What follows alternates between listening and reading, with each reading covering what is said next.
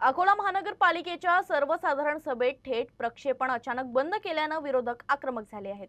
वंचित बहुजन आघाडीच्या नगरसेवकांनी या निर्णयाचा निषेध करत सत्ताधाऱ्यांवर सवाल उपस्थित केलाय। कामकाज पारदर्शक असेल तर लाईव्ह प्रक्षेपण बंद का केला असा सवाल विरोधकांनी केला आहे।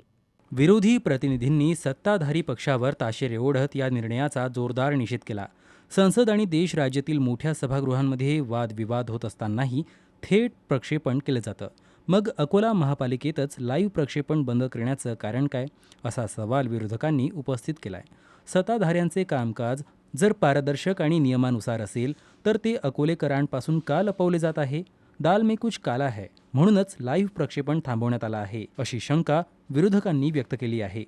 आज मुख्यमंत्र्यांचा सन्मान तोही अकोलेकरांना दिसू द्यायचा नाही, अशी ही भाजपाची सरदूटप्पी भूमिका। हे आपल्या मुख्यमंत्र्यांचा सन्मान करताना आपल्याच अकोलेकरांना दाखवायचा नाही, हे काय उद्देश आहे?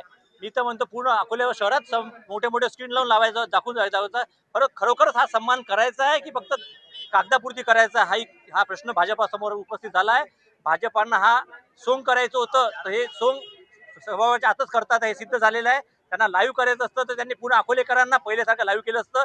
सर्वसामान्यातून निवडून आलेल्या लोकांचा पैसा कसा व्यर्थ होतो हे सामान्य दाखवायसाठी हे लाईव्ह प्रक्षेपण होतं। याची चुकीची प्रथा सुरू आहे, याचा आम्ही निषेध करतो आहे। पत्रकारांचा सन्मान, अकोलेकरांचा सन्मान हा झालाच पाहिजे, याकरता आम्ही आता सभागृहात भांडणार आहे, माहेरी भांडणार आहे। आम्हाला समजलं की महासभेचं लाईव्ह प्रक्षेपण यांनी बंद केलेलं आहे म्हणून।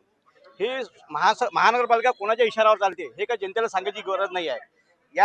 जर त्यांचं जर असं म्हणणं आहे की बा सभागृहामध्ये वाद होतात, विवाद होतात, याच्यापेक्षा बी संसद मोठमोठाले जे सभागृह आहेत त्यामध्ये सुद्धा वादविवाद होतात, पण ते लाईव्ह प्रक्षेपण होते।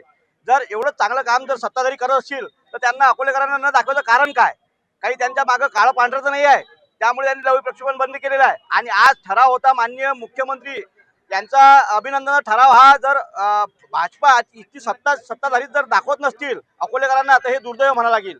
आणि आमचं एक म्हणणं आहे की तुमचं जर एवढं पारदर्शक काम आहे तर तुम्ही लाईव्ह दाखवायला पाहिजे आणि अकोलेकरांना समजायला पाहिजे की आपले निवडून दिलेले प्रतिनिधी तिथं काय करतात।